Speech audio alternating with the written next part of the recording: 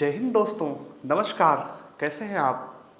मैं हूं देवदत्त मिश्रा और आप मेरे साथ पढ़ रहे हैं भारतीय संविधान एवं राज्य व्यवस्था, Indian polity and constitution. Indian polity और कॉन्स्टिट्यूशन में हम लोगों ने पढ़ लिया है इसकी ऐतिहासिक पृष्ठभूमि के बारे में कि कैसे ब्रिटिश सरकार में क्रमिक रूप से संवैधानिक ढांचा तैयार हुआ। तो ऐतिहासिक पृष्ठभूमि को हम लोगों ने अच्छे से पढ़ लिया है, समझ लिया है। 1773 के रेगुलेटिंग एक्ट से लेकर के 1947 के भारतीय स्वतंत्रता अधिनियम तक सारे प्रावधानों को हम लोगों ने एक एक पॉइंट के रूप में जो है समझ लिया है और देख लिया है। आज का जो क्लास है वह आधारित है संविधान के निर्माण पर। हम लोग समझेंगे जो है कि संविधान के निर्माण की क्या प्रक्रिया अपनाई गई थी, कैसे जो है हमारा आज का संविधान वास्तविक धरातल पर अवतरित हुआ था, और जानेंगे कुछ बेसिक बातें, समझेंगे कुछ बेसिक बातें जैसे संविधान क्या है। तो मैं आगे बढ़ूँ इससे पहले अगर आप पहली बार वीडियो हमारा देख रहे हैं, हमारे चैनल पर पहली बार आए हैं, तो सबसे पहले आप चैनल को सब्सक्राइब कर लीजिए ताकि इस सीरीज के जो अन्य वीडियोज हैं वो बिना किसी परेशानी को आपको लगातार मिलते रहें। और अधिक से अधिक अपने मित्रों को इसका लिंक शेयर कर दीजिए, उन्हें भी सब्सक्राइब करवाइए। साथ में पढ़ाई करेंगे, साथ में सफल होंगे, ठीक है ना। सबको सफल होना है, सबको जो है अच्छी शिक्षा का अधिकार मिलेगा, सबके साथ जो है मिल करके जो है एकदम मस्त पढ़ाई करनी है। और मेरा पूरा विश्वास है कि यह सीरीज, मेरी पॉलिटी की यह सीरीज अगर आपने देख ली तो आपको न तो किसी किताब की ज़रूरत पड़ेगी, न तो किसी विषय विशेषज्ञ की ज़रूरत पड़ेगी, और आप पाएंगे कि आप कॉन्सेप्चुअली फिट हैं। मतलब आपको कोई भी कन्फ्यूज़न नहीं है। मैं प्रयास करूंगा कि जो जो कन्फ्यूज़न हो सकते हैं एक व्यक्ति को संविधान पढ़ते समय, उन सारे कन्फ्यूज़न को मैं प्रश्न उत्तर के माध्यम से उसी क्लास के दौरान हल करता रहूं। तो चलिए मेरे साथ संविधान निर्माण की यात्रा पर आप चलिए, और सबसे पहले इस बात को समझते हैं कि संविधान क्या है। अब चूंकि संविधान को हम लोगों ने अच्छे ढंग से शुरू ही कर दिया है, तो सबसे पहले इस बात को समझ लेना अनिवार्य है कि संविधान क्या है। What is the constitution. जाहिर सी बात है संविधान क्या है यह बात आपको पता होनी चाहिए। संविधान की बात लोग करते हैं, संविधान के अनुसार चलना चाहिए, ये है वो है। What is the constitution, this is the basic question one should ask कि संविधान क्या है। तो संविधान जो है देश का एक बेसिक लॉ है।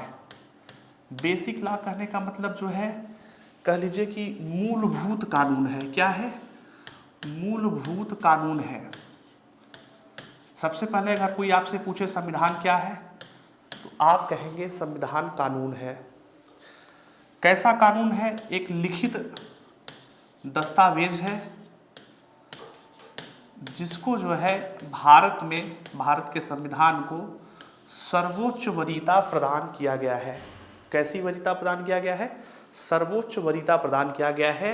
और यह माना जाता है कि अन्य जितने भी कानून हैं, अगर इस बेसिक लॉ, इस संविधान की धाराओं के, इस संविधान की मंशा के अनुरूप फिट है, मंशा की अनुरूप है, तो वो कानून क्या है? वो कानून वैलिड है। और जो कानून बने हैं इसकी मंशा का अगर विरोध कर रहे हैं तो वो क्या कहे जाते हैं? वो इनवैलिड कहे जाते हैं। क्या कहे जाते हैं? इनवैलिड कहे जाते हैं या अनकॉन्स्टिट्यूशनल कहे जाते हैं। और अनकॉन्स्टिट्यूशनल कह करके उसे क्या कर दिया जाता है? रद्द कर दिया जाता है। कहने का मतलब संविधान क्या है? संविधान भारत का मूलभूत कानून है। क्या है? फंडामेंटल या कह लीजिए बेसिक लॉ है। इसी के आधार पर भारत की शासन व्यवस्था जो है इसी के अनुसार जो है चल रही है, ठीक है ना। लोगों को जो अधिकार मिले हुए हैं उसका स्रोत क्या है? उसका स्रोत जो है संविधान ही है, ठीक है ना। तो संविधान क्या है? संविधान एक प्रकार का बेसिक कानून है, ठीक है ना। ऐसा कानून है जिसे भारत में सर्वोच्च वरीयता प्रदान की गई है, और इस कानून के अनुरूप जितने भी कानून हैं वो कानून अगर इसकी मंशा के अनुसार है तो वो कानून सही है, इसकी मंशा के अनुसार नहीं है तो वो क्या है, इनवैलिड है। उन्हें सर्वोच्च न्यायालय क्या कर सकता है, अनकॉन्स्टिट्यूशनल घोषित कर सकता है। ठीक है ना, अनकॉन्स्टिट्यूशनल घोषित कर सकता है। ये तो रही संविधान की बात। अब संविधान को किसने बनाया, यह बात आ जाती है। संविधान के निर्माण की प्रक्रिया हम लोग पढ़ रहे हैं तो एक प्रश्न आता है कि संविधान को किसने बनाया। जाहिर सी बात है, संविधान को किसने बनाया। अगर आप संविधान की प्रस्तावना पढ़ेंगे तो प्रस्तावना में जो है सर्वोच्च बात, सबसे पहले जो बात लिखी गई है वह लिखी गई है हम भारत के लोग। क्या लिखी गई है, हम भारत के लोग। यानी संविधान का निर्माता कौन है, संविधान किसने बनाया है, संविधान बनाया है भारत के लोगों ने। किसने बनाया है, भारत के लोगों ने बनाया है। अगर कोई आपसे बेसिक प्रश्न पूछ ले कि संविधान किसने बनाया है तो आप जवाब देंगे कि संविधान जो है भारत के लोगों ने बनाया है। डॉक्टर भीमराव अंबेडकर जी का तो नाम महत्वपूर्ण है, लेकिन हम लोग उसको समझेंगे जो है कि उनका नाम महत्वपूर्ण कैसे है। दरअसल आप जानते हैं कि भारत में जो है, जब भारत को जब स्वतंत्रता नहीं मिली हुई थी उसी समय से जो है यह जो है विचार आ गया था कि अगर भारत को स्वतंत्रता मिलेगी तो भारत जो है एक गणतंत्र होगा। मतलब भारत के लोगों का जो शासन, भारत का जो शासन है वो कौन चलाएगा, वो जो है जनता चलाएगी, मतलब कॉमन पीपल चलाएगा। गणतंत्र का यही मतलब होता है, जनता के द्वारा जनता के लिए प्रशासन। ठीक है ना। तो यह बिल्कुल स्पष्ट था कि भारत कैसा होगा, भारत को जब भी स्वतंत्रता मिलेगी तो भारत एक गणतंत्र होगा। गणतंत्र होने का मतलब जो भी इसके बारे में कानून वगैरह बनेगा या संविधान बनेगा तो संविधान कौन बनाएगा, संविधान जो है भारत के लोग बनाएंगे। कौन बनाएंगे, भारत के लोग बनाएंगे। अब भारत के लोग, भारत की आबादी तो बहुत ज़्यादा है, तो उतने सारे लोग अगर एक साथ बैठेंगे किसी बात पर विचार करेंगे तो संभव है नहीं। इस वजह से यह निर्णय लिया गया कि भारत के लोगों के प्रतिनिधि, भारत के लोगों के प्रतिनिधि जो भारत के लोग जो है चुन करके भेजेंगे, यानी भारत के जो लोग हैं हम आपस में क्या करेंगे, अपने प्रतिनिधियों को भेजेंगे जो हमारी बात का जो है प्रतिनिधित्व करेंगे और हमारी तरफ से, हमारे पक्ष से संविधान का प्रारूप क्या होना चाहिए उस पर जो है विचार करेंगे। तो उन प्रतिनिधियों की एक सभा जो है बनाई गई थी, उन प्रतिनिधियों की एक सभा बनाई गई थी जिसे क्या कहा गया, जिसे कहा गया संविधान सभा। क्या कहा गया, संविधान सभा, यानी कॉन्स्टिट्यूएंट असेंबली। क्या कहा गया, कॉन्स्टिट्यूएंट असेंबली कहा गया। कॉन्स्टिट्यूएंट असेंबली कहने का मतलब यह किसका प्रतिनिधित्व कर रही है, यह भारत के लोगों का प्रतिनिधित्व कर रही है, क्योंकि इसके जो सदस्य हैं वो किसके प्रतिनिधि हैं, सीधे सीधे जनता के प्रतिनिधि हैं। हालांकि अभी आगे और बढ़ेंगे तो 1934 का क्रमवार जो है थोड़ा सा ऐतिहासिक दृष्टिकोण से चलते हुए जो है समझते हुए प्रयास करेंगे कि संविधान सभा के गठन का मांग सबसे पहले किसके मस्तिष्क में आया, या किसने जो है सर्वप्रथम यह मांग की कि संविधान बनाने के लिए संविधान सभा का गठन किया जाए। यमन राय एक व्यक्ति है, मानवेंद्र नाथ राय, उनका क्या नाम है, मानवेंद्र नाथ राय। यह जो है कह लीजिए कि भारत के प्रमुख जो है कम्युनिस्ट नेता थे। कैसे नेता थे, कम्युनिस्ट नेता थे। सबसे पहले जो है उन्होंने मांग की कि भारत में एक संविधान सभा का गठन किया जाए। किसका गठन किया जाए, संविधान सभा का गठन किया जाए।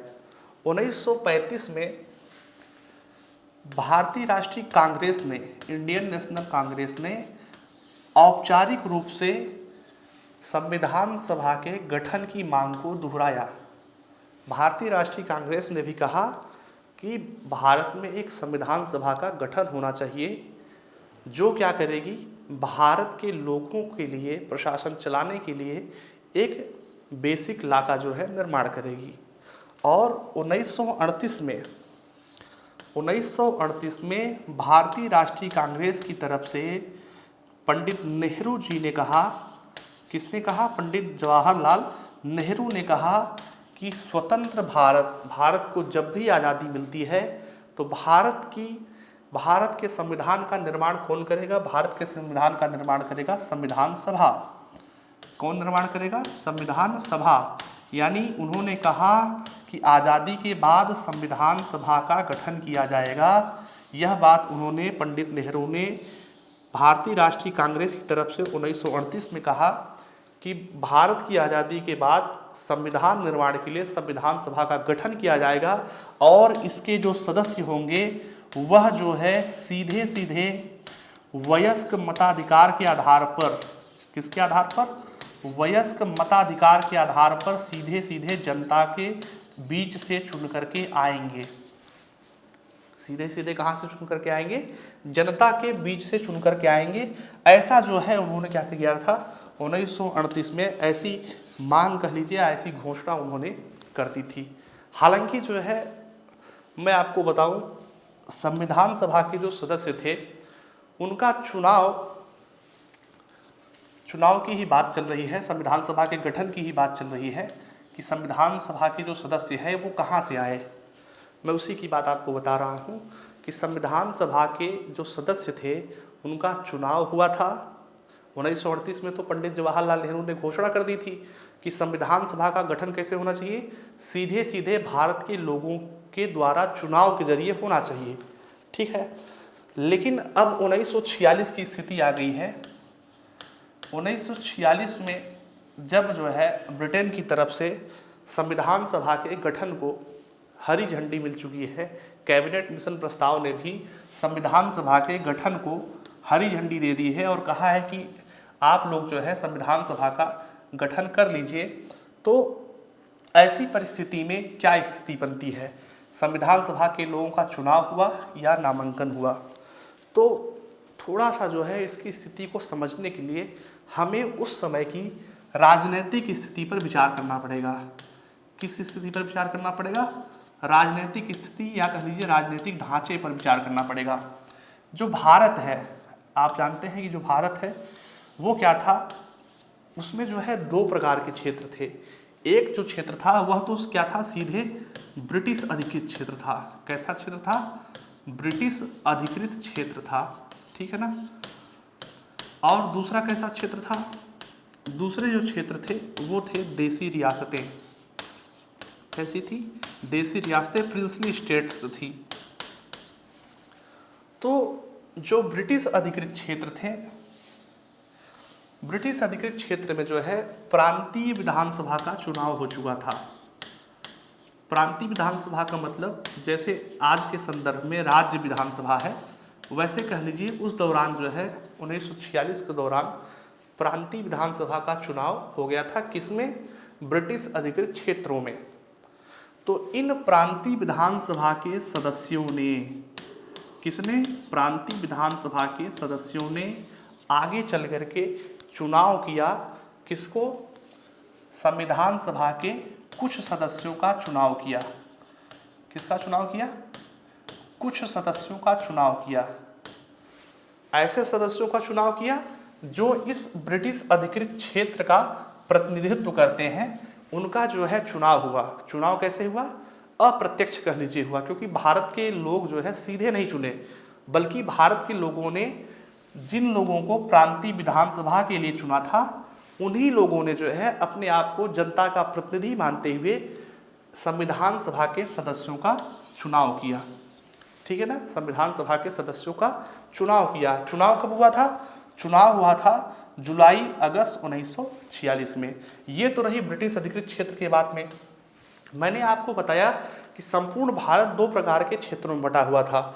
दूसरी जो प्रकार की क्षेत्र थी, रियासतें थी, वो जो है देसी रियासतें थी। वहाँ चुनाव वगैरह नहीं होता था, वहाँ जो है भारत के देसी राजा जो है राज्य करते थे। तो इन क्षेत्रों के प्रतिनिधित्व के लिए यह घोषणा की गई कि जो राजा हैं वो अपने क्षेत्र से संविधान सभा के लिए कुछ सदस्य का नाम भेजें, कुछ सदस्यों का नाम भेजें जो संविधान के जो है गठन पर क्या करेंगे, विचार करेंगे। ठीक है ना। यानी कह लीजिए कि जो संविधान सभा का गठन हुआ था वह जो है सीमित, मतलब कह लीजिए कुछ सदस्य क्या थे, कुछ सदस्य चुने हुए थे। यानी संविधान सभा आंशिक रूप से चुनी गई थी और आंशिक रूप से क्या थी, उसका नामांकन हुआ था। चुनाव कहाँ से हुआ था, ब्रिटिश अधिकृत क्षेत्रों से। और जो देशी रियासतों से लोग भेजे गए थे, जो सदस्य थे, वो क्या थे, उन राजाओं के द्वारा सीधे नामांकित किए गए थे। राजाओं ने जो नाम बताया उन लोगों को सीधे सीधे संविधान सभा में शामिल कर लिया गया था। ठीक है ना। सीटों का निर्धारण इसी प्रकार से हुआ और इस प्रकार से नवंबर 1946 में जो है संविधान सभा गठित हो गई। संविधान सभा गठित हो गई। अब जो है भारत के लोगों का जो है प्रतिनिधित्व करने के लिए संविधान सभा गठित हो गई। एक चीज छूट रही है, जो ब्रिटिश अधिकृत क्षेत्र थे उसमें जो है सीटों का बंटवारा इस प्रकार से हुआ कि लगभग जो है 10 लाख लोगों का एक प्रतिनिधि हो। कितना प्रतिनिधि हो, एक प्रतिनिधि हो जो 10 लाख लोगों की आवाज़ का जो है, उनके मतों का क्या करता हो, समर्थन करता हो। इस प्रकार से जो है उस समय कुल सदस्य संख्या कितनी निर्धारित की गई, 389 निर्धारित की गई। यह निर्धारित किया गया कि संविधान सभा में कितने सदस्य होंगे, 389 सदस्य होंगे। कैसे निर्धारित किया गया कि 10 लाख लोगों का प्रतिनिधित्व एक सदस्य करेगा। यह जो है औसत था। ठीक है ना। कहीं कहीं जो है प्रतिनिधित्व 10 लाख से ज़्यादा लोगों का कोई सदस्य कर रहा था और कोई सदस्य क्या कर रहा था, 10 लाख से कम लोगों का प्रतिनिधित्व कर रहा था। लेकिन जो है यह पैमाना रखा गया कि 10 लाख लोगों के लिए एक सदस्य क्या करेगा, उनका प्रतिनिधि के रूप में शामिल होगा। तो संविधान सभा के गठन के लिए कुल सदस्यों की जो संख्या निर्धारित की गई वो कितनी निर्धारित की गई, 389 निर्धारित की गई। उसमें से 296 जो है ब्रिटिश अधिकृत क्षेत्रों के लिए निर्धारित हुआ कि 296 सदस्य कहाँ से आएंगे, ब्रिटिश अधिकृत क्षेत्रों से आएंगे। जहाँ जहाँ सीधे सीधे ब्रिटिश सरकार का कानून चल रहा है, 296 सदस्य कहाँ से आएंगे, ऐसे ब्रिटिश अधिकृत क्षेत्रों से आएंगे। शेष जो है 93 सीटें रखी गई कि 93 सीटों के लिए या 93 सदस्यों का नामांकन कौन करेगा, देसी राजा करेंगे, देसी रियासतों के प्रतिनिधि होंगे। क्योंकि आप देख रहे हैं कि उनको भी जो है भारत में शामिल किया जाना था, इसलिए जो है संविधान सभा के गठन में उनके भी जो है उनकी जनता का जो है आकार देख करके 93 सीटों का प्रतिनिधित्व किसे दिया गया, देसी रियासतों को दिया गया। हालांकि जब हम देखते हैं कि 15 अगस्त 1947 के बाद, किसके बाद, 15 अगस्त 1947 के बाद इसी भारत के ब्रिटिश क्षेत्रों में से कुछ क्षेत्र क्या हो जाते हैं, पाकिस्तान को चले जाते हैं और कुछ क्षेत्र कहाँ रह जाते हैं, भारत में रह जाते हैं। यानी भारत का क्या हो जाता है, 15 अगस्त 1947 के बाद बंटवारा हो जाता है। तो संविधान सभा का भी क्या हो गया, बंटवारा हो गया। किसका बंटवारा हो गया, संविधान सभा का भी बंटवारा हो गया। एक संविधान सभा किसके लिए बनी, भारत के लिए, जो कहलाई भारत की संविधान सभा। क्या कहलाई, भारत की संविधान सभा।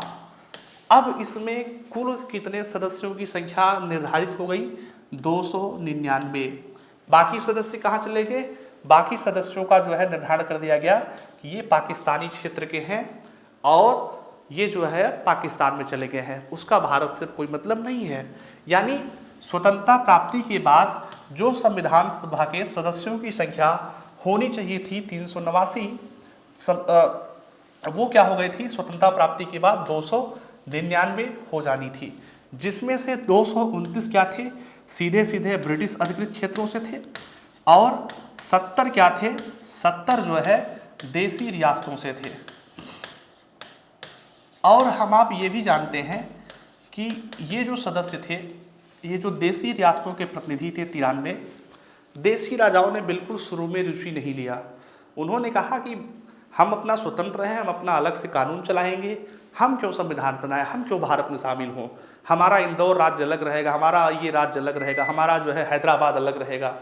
तो कुल मिलाकर के ये जो 93 प्रतिनिधि की संख्या शुरू में निर्धारित की गई थी, उसमें जो है देशी रियासतों की तरफ से एक भी प्रतिनिधि शुरू में शामिल नहीं हुआ था, ठीक है ना। देशी रियासतों ने एक भी प्रतिनिधि नहीं भेजा। लेकिन धीरे धीरे चल करके देखते हैं कि राजनीतिक परिस्थितियां ऐसी बदलती गई कि भारत और पाकिस्तान का बंटवारा हो गया और लगभग जो है यह निश्चित कर दिया गया कि रियासतों को भी, मतलब यह जो है व्यवहारिक रूप में निश्चित हो गया, प्रैक्टिकली तो मतलब लिखित रूप में तो नहीं, क्योंकि भारत की स्वतंत्रता अधिनियम जो 1947 का अधिनियम है वह कहता है कि जो देशी रियासतें हैं उनके पास अधिकार रहे है कि चाहे वो भारत के पास जाएं, चाहे पाकिस्तान के पास जाएं, चाहे स्वतंत्र रहें। लेकिन प्रैक्टिकली जो है स्वतंत्र रहने का ऑप्शन क्या कर दिया गया था, समाप्त हो गया था। और जनता के मूड को भांपते हुए जो है धीरे धीरे करके देशी रियासतों के प्रतिनिधि भी संविधान सभा में शामिल होने लगे। देशी रियासतों की तरफ से भी जो है संविधान सभा में सदस्य भेजे जाने लगे थे, ठीक है ना। अब संविधान सभा के सदस्यों की संख्या निर्धारित हो गई। पहली जो बैठक हुई थी 9 दिसंबर 1946 को बैठक हुई थी। ध्यान दीजिएगा, इस बैठक में अभी 1947 नहीं आया है, ठीक है ना। पहली बैठक की बात हो रही है, तो पहली बैठक कब हुई थी, 9 दिसंबर 1946 को हुई थी। यानी इस संविधान सभा में टोटल कितने सदस्यों को आना था, टोटल सदस्यों को आना था 389, क्योंकि यह जो है अभी भी जो है भारत और पाकिस्तान का बंटवारा नहीं हुआ है। मुस्लिम लीग ने मांग तो जरूर की है कि पाकिस्तान को अलग राष्ट्र का दर्जा प्रदान कर दिया जाए, लेकिन अभी भी पाकिस्तान का बंटवारा नहीं हुआ है। इसलिए पहली बैठक जो 9 दिसंबर 1946 को हुई थी उसमें जो है पाकिस्तानी क्षेत्रों के प्रतिनिधि भी सम्मिलित हुए थे। हालांकि जो है उसमें मुस्लिम लीग का जो है प्रतिनिधि नहीं सम्मिलित हुआ था। पहली बैठक में मुस्लिम लीग का कोई भी प्रतिनिधि संविधान सभा की पहली बैठक में शामिल नहीं हुआ था, और लेकिन जो है उनके लिए सीट तो निर्धारित की गई थी। उस बैठक में सबसे बुजुर्ग सदस्य थे सच्चिदानंद सिन्हा। तो बैठक जब भी होता है तो एक आदमी को अध्यक्ष बनाया जाता है। तो पहली बैठक हुई थी, इसलिए बुजुर्ग सदस्य सच्चिदानंद सिन्हा को क्या बना दिया गया था, अस्थायी अध्यक्ष बना दिया गया था कि आप जो है इस बैठक की अध्यक्षता करिए। बाद में संविधान सभा ने अपने में से ही डॉक्टर राजेंद्र प्रसाद को संविधान सभा का अध्यक्ष चुन लिया था। यानी संविधान सभा के अस्थायी अध्यक्ष कौन थे, तो संविधान सभा के अस्थायी अध्यक्ष थे डॉक्टर राजेंद्र प्रसाद, और अस्थायी कौन थे, सच्चिदानंद सिन्हा। संविधान सभा ने 2 उपाध्यक्ष भी चुने थे, एक थे डॉक्टर एच.सी. मुखर्जी और दूसरे थे वी.टी. कृष्णामाचारी।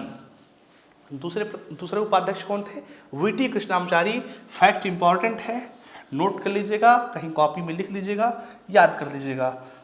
संविधान सभा के 2 उपाध्यक्ष थे, एक का नाम था डॉक्टर एच.सी. मुखर्जी और दूसरे का क्या नाम था, डॉक्टर वी.टी. कृष्णामाचारी, ठीक है। इसके बाद जो है अब संविधान सभा बन गई है। आप देख रहे हैं कि संविधान सभा का गठन हो गया है, ठीक है ना। संविधान सभा का गठन हो गया है, इसके अध्यक्ष चुने जा चुके हैं, इसके उपाध्यक्ष चुने जा चुके हैं। अब करना क्या है, अब करना है संविधान बनाना है। क्या बनाना है, संविधान बनाना है। संविधान बनाना है तो संविधान में क्या बनाना है, कुछ सोचेंगे तभी तो बनेगा। अब जैसे किसी कुम्हार के लिए मिट्टी जो है, गीली मिट्टी का ढेर है, भाई वो गीली मिट्टी के ढेर में क्या बनाए, पहले कुछ सोचेगा तो ना कि इसकी जो है हम गणेश भगवान की मूर्ति बनाएंगे, तो वह जो है उसको गणेश भगवान का आकार देगा। अगर उसको ये लगा जो है किसी नहीं किसी जो है सुंदर स्त्री का जो है आकार देना है, तो वह सुंदर स्त्री के बारे में बनाने का प्रयास करेगा।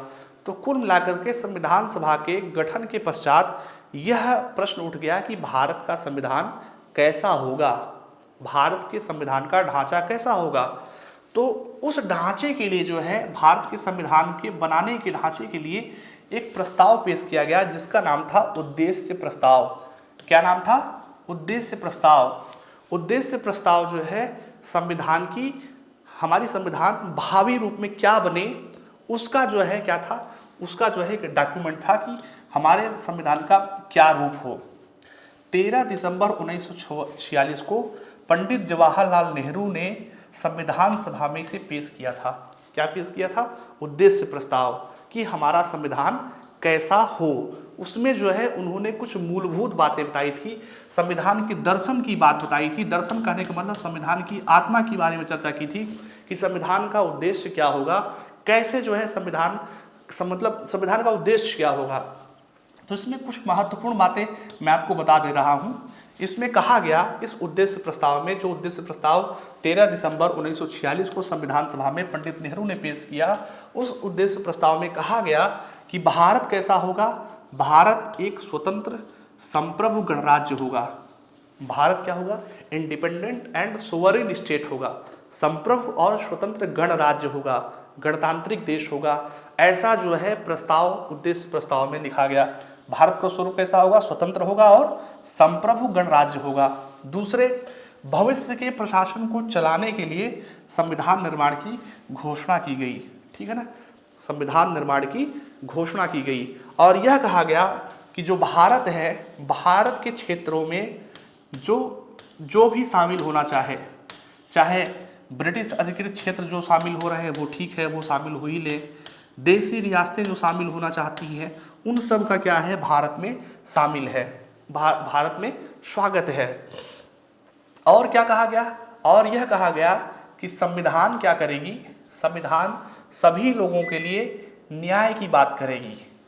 किसकी बात करेगी? सभी लोगों के, भारत के लोगों के लिए ऐसा संविधान होना चाहिए जो सभी लोगों के लिए न्याय प्रदान करे, चाहे वह सामाजिक न्याय हो, चाहे वह आर्थिक न्याय हो, और चाहे कैसा न्याय हो, चाहे राजनैतिक न्याय हो। न्याय कहने का मतलब सबको जो है उस स्तर का लाने में मदद किया जाए। ठीक है ना। समता की बात की गई कि भारत के लोगों को जो है संविधान के माध्यम से समता प्रदान की जाए, चाहे वह जो है अवसर की समता हो। अवसर की समता कहने का मतलब ये है कि अगर सरकारी नौकरी निकल रही है तो भारत के सभी लोगों को उसमें जो है अप्लाई करने का अधिकार होगा। इसको कहते हैं समता का अधिकार। अवसर की समता सभी को दी जाएगी। या विधि के समक्ष समता की बात की गई कि मतलब कानून जो बनेगा उस कानून के प्रति जो है अमीरी, गरीबी, ऊंची नीची जाति का कोई भेदभाव नहीं रहेगा। भारत के सभी व्यक्ति विधि के समक्ष क्या रहेंगे? समान रहेंगे। इसकी भी बात की गई कि भारत का संविधान कैसा होगा, जो समता प्रदान करेगा और स्वतंत्रता प्रदान करेगा। ठीक है ना। और क्या होगा? भारत का संविधान अल्पसंख्यकों, पिछड़े वर्गों तथा जनजाति क्षेत्रों को पर्याप्त सुरक्षा प्रदान करेगा। भारत को विश्व में उसका अधिकार दिलाएगा, उचित स्थान दिलाया जाएगा। और 22 जनवरी 1947 को हम देखते हैं कि सर्वसम्मति से उद्देश्य प्रस्ताव संविधान सभा में पारित हो गया। संविधान सभा में पारित हो जाने का मतलब भारत के लोगों ने क्या कर लिया? स्वीकार कर लिया, क्योंकि भारत के लोगों का प्रतिनिधित्व कौन कर रहा है? संविधान सभा कर रही है। तो 22 जनवरी 1947 को उद्देश्य प्रस्ताव संविधान सभा में सर्वसम्मति से स्वीकृत हो गया। ठीक है ना। अब इसके बाद क्या हुआ? अब इसके बाद जो है संविधान तो स्वीकृत हो गया, यह निश्चित हो गया कि संविधान का उद्देश्य क्या होगा। ठीक है ना। संविधान का ढांचा कैसा होना चाहिए। अब संविधान जो है एक लेंदी प्रोसेस है, तो उसके विभिन्न पहलुओं को जो है विभिन्न पहलुओं पर विचार करने के लिए कुछ छोटी और बड़ी समितियों का गठन किया गया। किसका गठन किया गया? समितियों का गठन किया गया, क्योंकि एक एक पहलू के बारे में अगर 300 लोग बात करेंगे तो बात करना जो है सुलभ नहीं होगा। तो कुछ समितियों का गठन किया गया जिसमें 8-8, 10-10 सदस्य हों, 20 सदस्य हों, जो संविधान के एक एक जो है व्यवहारिक पहलुओं पर क्या करेंगे? चर्चा करेंगे। तो ऐसी कुछ संविधान सभा की समितियां थीं, जिसमें कुछ महत्वपूर्ण समितियों का मैं आपको नाम बता दे रहा हूं। एक तो थी संघ शक्ति समिति, जिसके अध्यक्ष कौन थे? जवाहरलाल नेहरू थे। दूसरे संघीय संविधान समिति थी, जिसके अध्यक्ष कौन थे? जवाहरलाल नेहरू थे। ध्यान दीजिएगा, जब भी आपसे पूछा जाए कि संविधान मतलब समितियों के बारे में, मैं आपको एक ट्रिक बता दे रहा हूं। किसके बारे में? समिति के बारे में एक ट्रिक बता दे रहा हूं। जहां जहां भी संघ शब्द का इस्तेमाल आए, आप समझ लीजिए कि उस समिति के अध्यक्ष कौन रहे होंगे? उस समिति के अध्यक्ष रहे होंगे जवाहरलाल नेहरू। किसके रहे? कौन रहे होंगे? जवाहरलाल नेहरू। जैसे संघ की बात आई, संघ शक्ति समिति, अध्यक्ष कौन है? जवाहरलाल नेहरू। संघीय संविधान समिति, अध्यक्ष कौन है? जवाहरलाल नेहरू। प्रांतीय संविधान समिति के अध्यक्ष कौन बनाएंगे? सरदार पटेल। और जहां जहां प्रांतों का नाम आए वहां वहां अध्यक्ष जो है ज्यादातर कौन थे? वहां वहां ज्यादातर अध्यक्ष थे सरदार पटेल। ये याद करने की ट्रिक है, क्योंकि आपको परीक्षा में तथ्य भी तो देने हैं, कंफ्यूजन नहीं होना, एकदम क्लियर कट जो है, मतलब मेमोराइज भी करना है, ये भी ध्यान रखना है। तो उसकी एक ट्रिक ये है कि जहाँ जहाँ संघ समझ में आए लिखा हो वहाँ वहाँ आप जो है अध्यक्ष किसे मानेंगे? जवाहरलाल नेहरू को। और जहाँ जहाँ प्रांत की बात आए वहाँ वहाँ ज़्यादातर केसों में अध्यक्ष कौन थे? सरदार पटेल थे। मौलिक अधिकार, अल्पसंख्यक एवं जनजाति तथा बहिष्कृत क्षेत्रों के लिए सलाहकार समिति के अध्यक्ष कौन थे? इसके भी अध्यक्ष थे सरदार पटेल जी। और सबसे महत्वपूर्ण समिति थी, जो पूरे संविधान की सबसे महत्वपूर्ण समिति है, वह थी ड्राफ्ट कमिटी। कौन थी? Draft committee. अब मतलब संविधान के रूप की चर्चा हो गई, संविधान के गठन की चर्चा हो गई, संविधान का स्वरूप कैसा होगा यह निश्चित हो गया, लेकिन संविधान को बनाएगा कौन? तो संविधान को बनाने के लिए, उसका प्रारूप बनाने के लिए किसे अधिकृत किया गया? प्रारूप समिति को अधिकृत किया गया। किसे अधिकृत किया गया? प्रारूप समिति को संविधान का प्रारूप बनाने के लिए अधिकृत किया गया। और 29 अगस्त 1947 को इसका गठन किया गया। कब? भारत की स्वतंत्रता कब हुई थी? 15 अगस्त 1947 हुई थी। भारत की स्वतंत्रता के ठीक कुछ दिनों बाद 29 अगस्त को प्रारूप समिति का गठन किया गया। और इसके अध्यक्ष किसे बनाया गया? इसका अध्यक्ष बनाया गया डॉक्टर भीमराव अंबेडकर को इसका अध्यक्ष बनाया गया। संविधान का प्रारूप बनाने के लिए जो समिति बनी उसका अध्यक्ष किसे बनाया गया? उसे अध्यक्ष बनाया गया डॉक्टर भीमराव अंबेडकर जी को। इसीलिए कहा जाता है कि डॉक्टर भीमराव अंबेडकर को संविधान का निर्माता कहा जाता है। क्या कहा जाता है? संविधान का निर्माता कहा जाता है, क्योंकि संविधान के ज्यादातर पहलुओं को ड्राफ्ट किसने किया था? ज्यादातर पहलुओं को ड्राफ्ट किया था डॉक्टर भीमराव अंबेडकर जी ने। अगर कोई आपसे प्रश्न पूछे संविधान किसने बनाया, तो आप बताएंगे भारत के लोगों ने बनाया। किसने बनाया? भारत के लोगों ने बनाया। लेकिन उसका प्रारूप, उसका ड्राफ्ट का गठन किसने किया? उसके ड्राफ्ट का गठन किया, उसके निर्माता किसे कहा जाता है? डॉक्टर भीमराव अंबेडकर को किया जाता है। इस प्रारूप समिति में कुछ और सदस्य थे, जैसे एक सदस्य थे डॉक्टर एन गोपाल स्वामी अयंगर, दूसरे सदस्य थे अल्लादी कृष्ण स्वामी अयंगर, डॉक्टर के एम मुंशी थे, एन माधव राव थे, डॉक्टर BL मित्रा ने जो है स्वास्थ्य कारणों की वजह से इस्तीफा दे दिया था, तो उनके स्थान पर जो है प्रारूप समिति में एन माधव राव शामिल हो गए थे। और 1948 में इस प्रारूप समिति के एक सदस्य थे डॉक्टर DP खेतान, इनकी मृत्यु हो गई थी। उनकी मृत्यु के उपरांत TT कृष्णाचारी इस प्रारूप समिति में शामिल हुए थे। अब आप कहेंगे एक प्रारूप समिति में इतने सदस्य हैं, 7 सदस्य हैं, 1 2 3 4 5 6 सदस्य हैं, भीमराव अंबेडकर के अलावा 5 सदस्य हैं, तो आखिर भीमराव अंबेडकर को संविधान का निर्माता क्यों कहा जाता है? भाई एन गोपालास्वामी अयंगर को भी तो कहा जा सकता है। लेकिन अगर आप स्थितियों को देखेंगे तो आप पाएंगे कि जो BL मित्रा थे वो प्रायः बीमार रहते थे, इलाज कराते रहते थे। बाद में देखें आपने इस्तीफा दे दिया, उनकी जगह कौन शामिल हुआ? एन माधव राव शामिल हुए। DP खेतान बहुत बूढ़े बुजुर्ग आदमी थे, वो मर ही गए, उनकी जगह कौन शामिल हुआ? TT कृष्णाचारी शामिल हुए। एन गोपाल स्वामी अयंगर और अल्लादी कृष्ण स्वामी अय्यर ये जरूर कुछ सपोर्ट किए, लेकिन मुख्य काम जो है संविधान के ड्राफ्टिंग का जो मुख्य काम था वो किसने किया? डॉक्टर भीमराव अंबेडकर ने किया। इसलिए कहा जाता है डॉक्टर भीमराव अंबेडकर भारतीय संविधान के निर्माता कहे जाते हैं। उन्हें आधुनिक मनु की संज्ञा दी गई है। किसकी संज्ञा दी गई है? आधुनिक मनु की संज्ञा दी गई है। मनु जानते हैं ना, वही जिन्होंने मनुस्मृति लिखी थी। ठीक है, अब इसके बाद जो है कुछ इंपॉर्टेंट फैक्ट्स हम लोग नोट कर लेते हैं। संविधान के निर्माण पर हम लोगों ने जो है चर्चा कर ली है, एक एक पहलुओं को जो है समझ लिया है। कुछ फैक्ट्स जो है जो बचे रह गए हैं इस पूरे लेक्चर में, उसको हम एक बार देख लेते हैं, क्योंकि बहुत पूछा जाने वाला टॉपिक यह है, परीक्षाओं के दृष्टिकोण से अत्यंत महत्वपूर्ण टॉपिक है। संविधान कब पारित हुआ? तो संविधान जो है 24 नवंबर 1949 को पारित हो गया था। ठीक है ना। जब आप संविधान का उद्देश्य प्रस्ताव पढ़ेंगे तो नीचे लिखा होता है, संविधान का जो प्रस्तावना है उसमें लिखा हुआ कि एतद द्वारा हम इसे दिनांक 24 नवंबर 1949 को तिथि विक्रमा एक जो भी था, एतद द्वारा अंगीकृत, अधिनियमित एवं आत्मर्पित करते हैं। यानी संविधान पारित कब हो गया था? पारित हो गया था 24 नवंबर 1949 को। इसीलिए 24 नवंबर को संविधान दिवस के रूप में मनाया जाता है। किस दिवस के रूप में मनाया जाता है? संविधान दिवस के रूप में मनाया जाता है, क्योंकि 24 नवंबर 1949 को भारत का संविधान पारित हो गया था। भारत के लोगों ने संविधान को पारित कर दिया था संविधान सभा के माध्यम से। कब लागू हुआ? तो संविधान जब पारित हुआ 24 नवंबर 1949 को, तो इसके कुछ जो अनुच्छेद थे, जैसे नागरिकता से संबंधित कुछ अनुच्छेद थे, नागरिकता के संबंध में कुछ अनुच्छेद थे 5, 6, 7, 8, 9 ये अनुच्छेद। चुनाव से संबंधित कुछ अनुच्छेद थे, जैसे अनुच्छेद 324 हो गया।